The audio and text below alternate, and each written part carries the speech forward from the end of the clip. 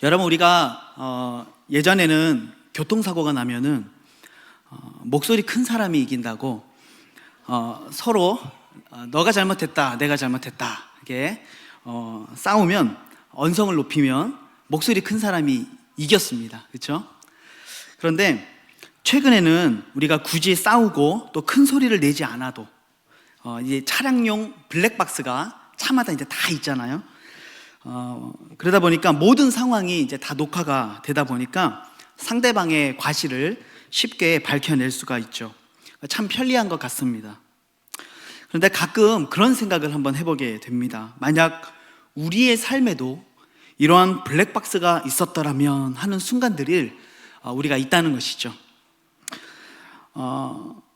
내가 하지 않은 말, 또 분명히 내가는 했는데, 그렇죠? 이런 좀 억울하고 그런 상황들이 있지 않습니까? 근데 우리가 녹음기를 들고 다니는 것도 아니고, 또 늘 우리가 동영상을 찍고 있는 것도 아니고, 참 억울한 순간들을 우리가 경험하게 됩니다. 최근에 이 뉴스를 제가 어제 본 뉴스인데요.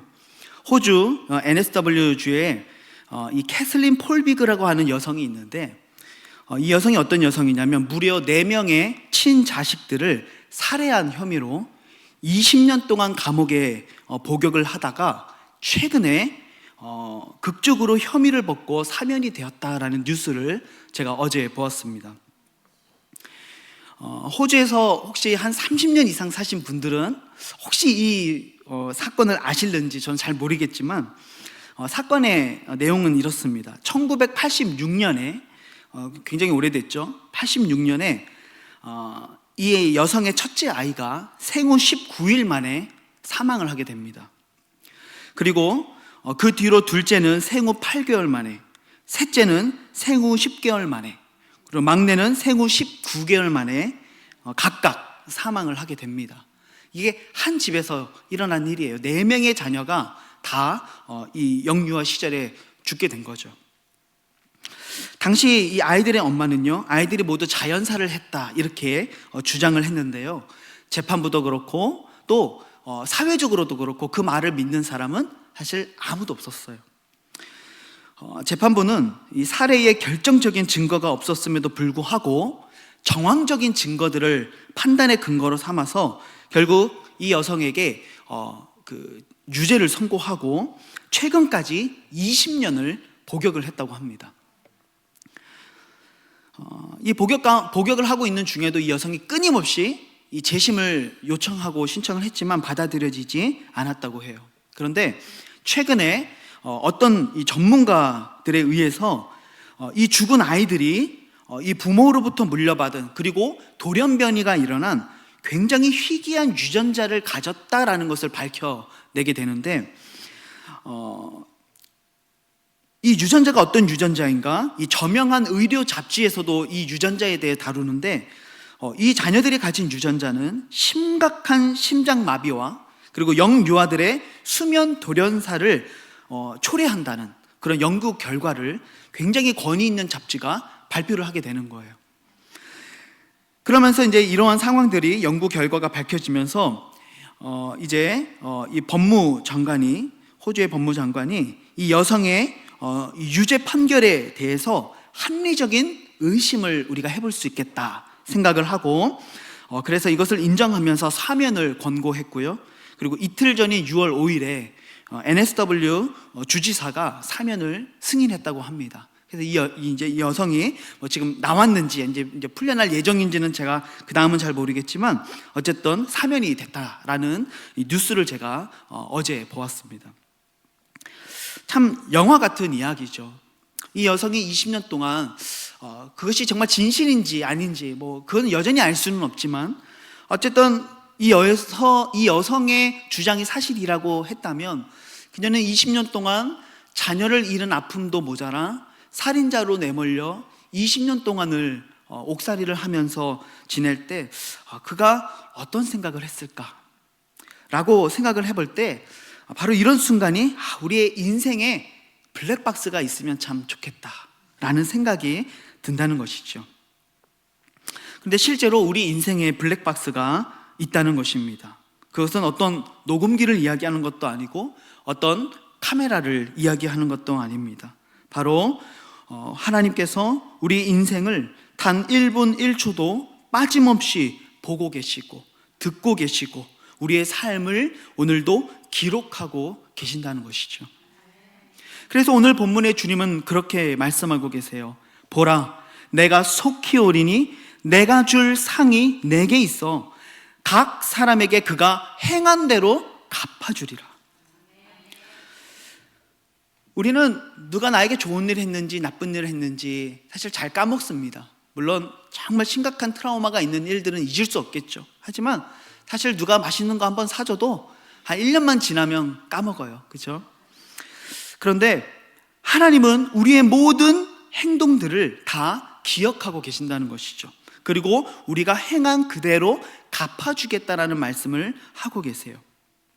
우리가 이 땅을 살면서 행했던 모든 그 눈물의 헌신들, 섬김, 교회를 향한 사랑, 믿음의 선한 싸움들, 마치 아무도 안 보고 있는 것처럼 느껴지지만 이 땅에 나의 그러한 헌신과 눈물들이 어느 누구도 기억해 주지 않는 것 같지만 하나님은 우리가 이 땅을 살면서 행했던 모든 일들을 기억하시고 우리가 행한 모든 것대로 갚아주시겠다라는 약속을 오늘 주고 있다는 것이죠.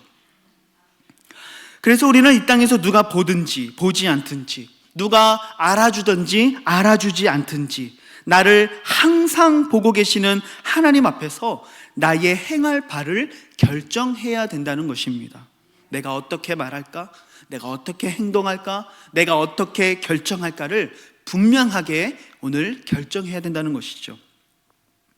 하나님이 어떤 상을 어떻게 주실는지 우리는 성경을 통해서 다 이해할 수는 없어요. 하지만 분명한 건 성경의 곳곳에서 하나님은 날마다 우리의 행함을 따라 갚아주실 천국의 상이 있다라고 분명하게 말씀하고 있다는 것입니다.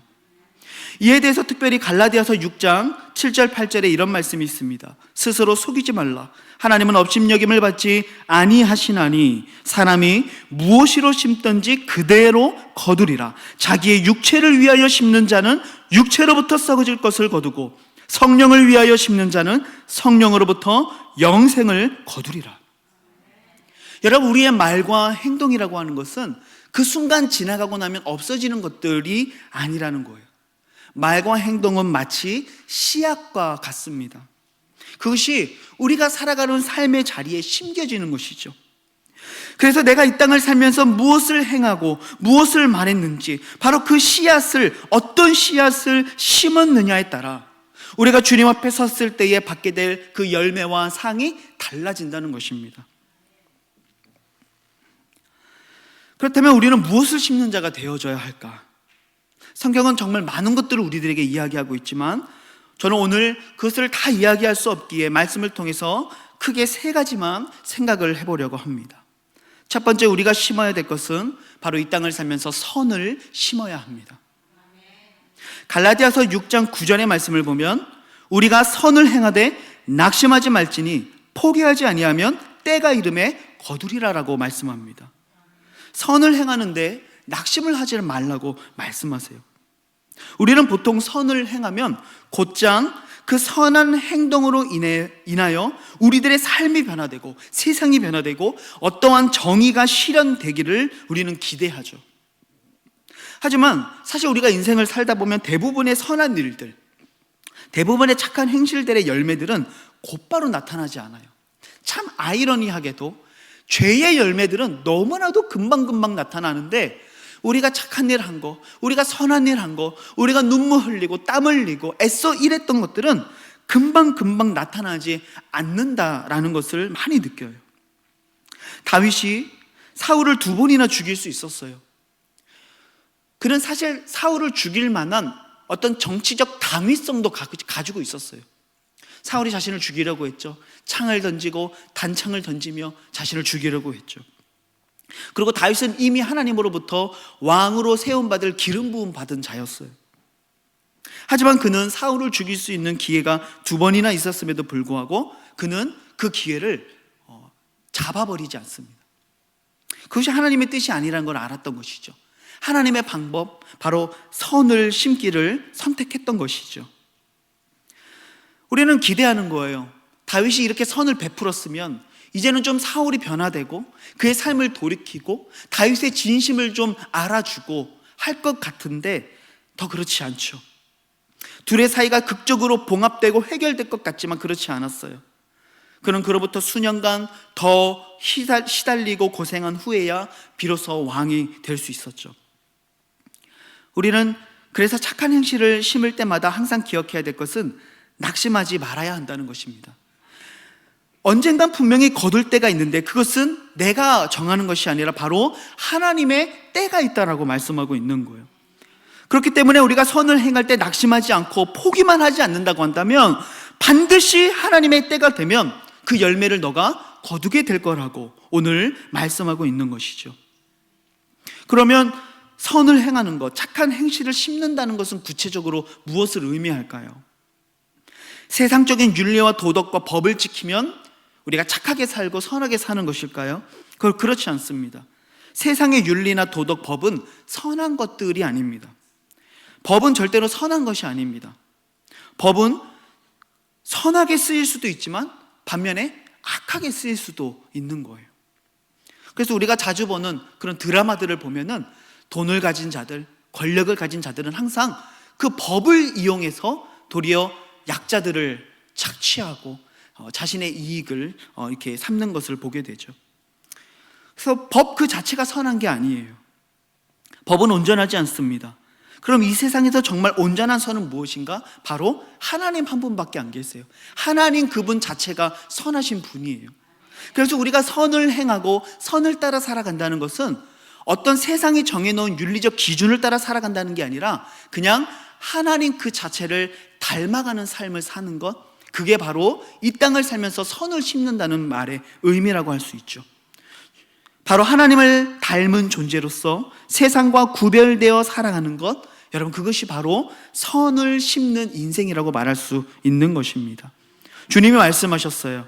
내가 거룩하니 너희도 거룩하라. 주님의 이 말씀을 새기면서 오늘 세상과 구별되어 살아가기를 소망하는 사람, 세상에 말하는 어떤 그 기준을 초월하여서 정말 그 윤리적 기준을 가지고 도덕적 기준을 가지고 사랑의 기준을 가지고 용서의 기준을 가지고 살아가는 사람, 여러분 그것이 이 땅을 살면서 선을 심는 사람이라는 말의 의미입니다. 저와 여러분들이 이 땅을 살아가면서 바로 이 선을 심는 삶이 될 수 있기를 주님의 이름으로 축복합니다.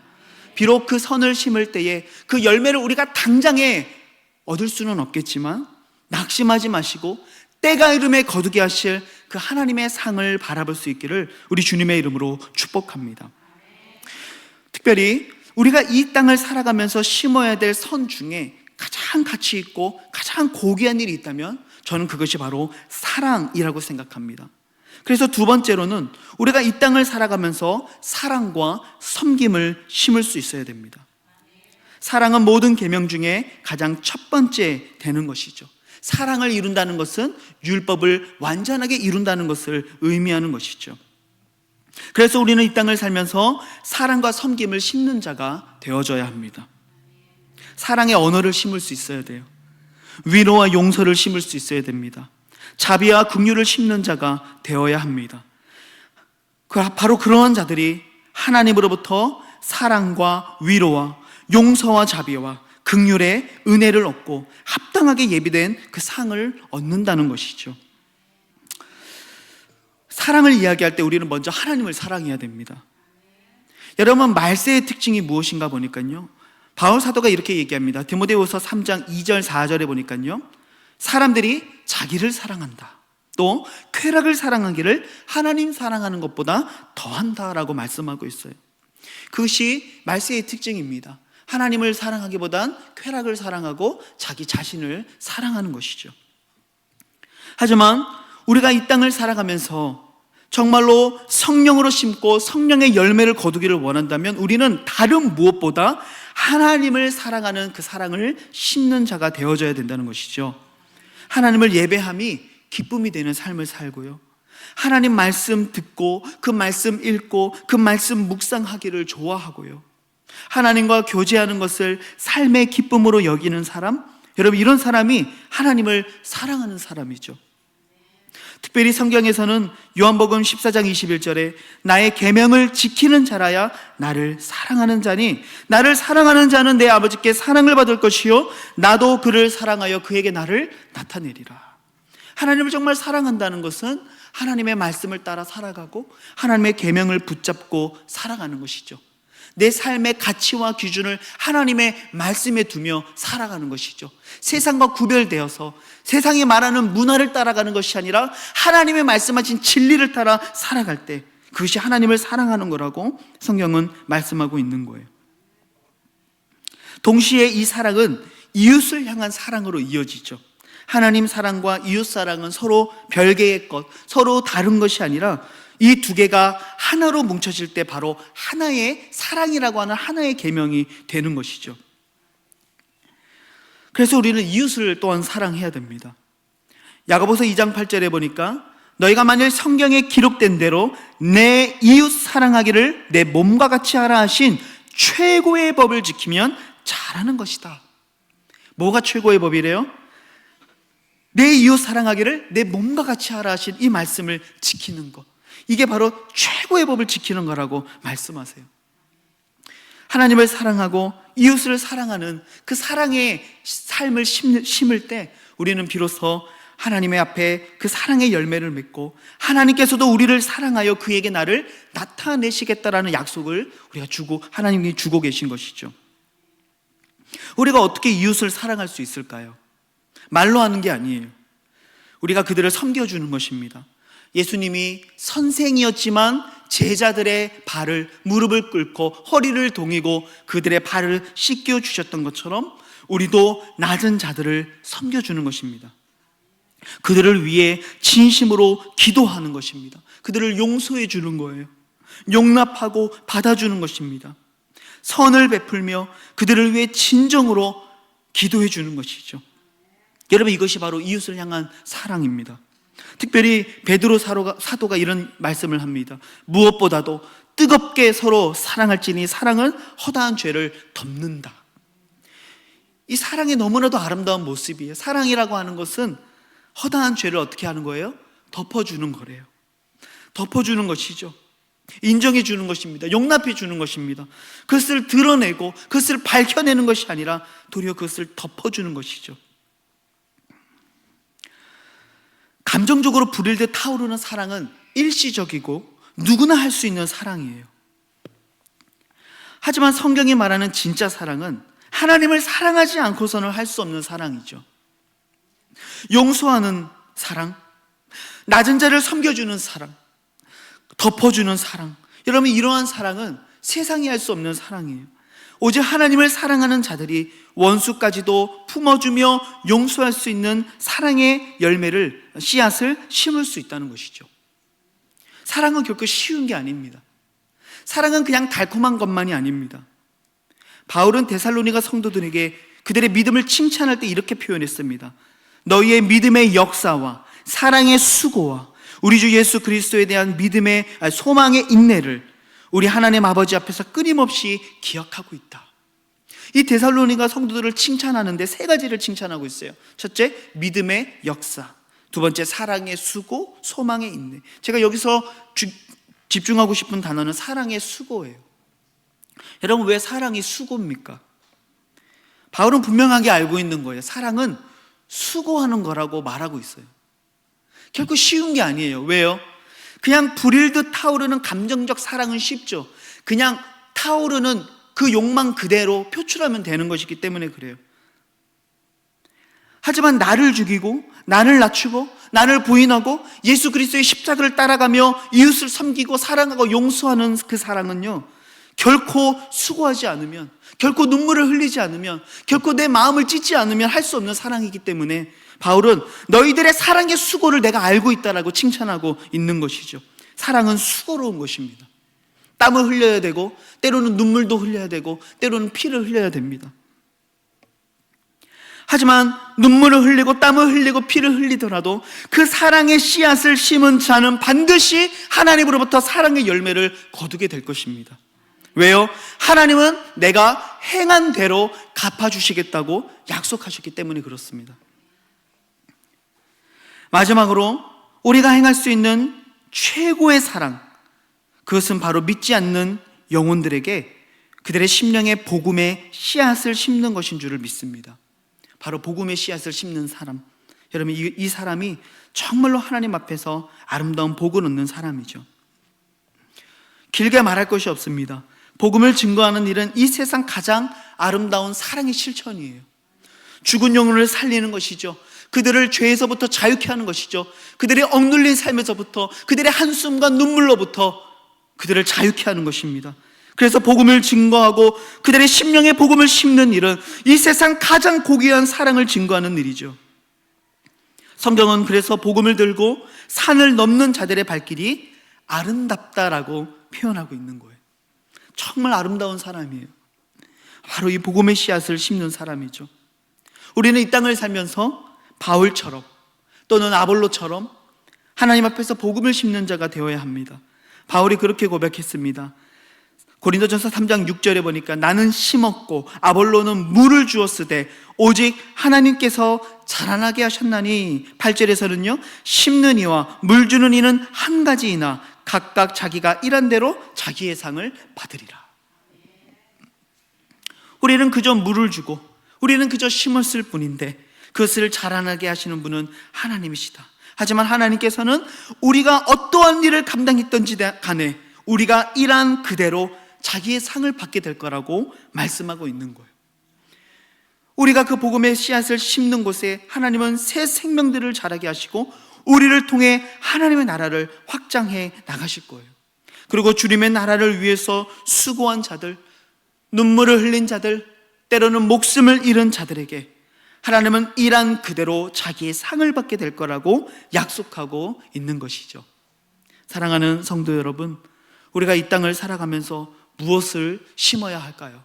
첫째, 선을 심으시고요. 둘째, 사랑을 심고, 셋째, 복음을 심는 자가 될 수 있기를 우리 주님의 이름으로 축복합니다.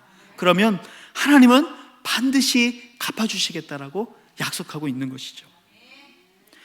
우리가 가정에서 믿지 않는 우리 가족들 섬기고, 교회에서 우리 성도들을 섬기고, 여러 가지 모습으로 헌신하며 우리 나아갈 때, 그때 여러분들이 흘리고 있는 그 눈물과 땀을 다른 사람들은 다 몰라도 하나님은 알고 계십니다.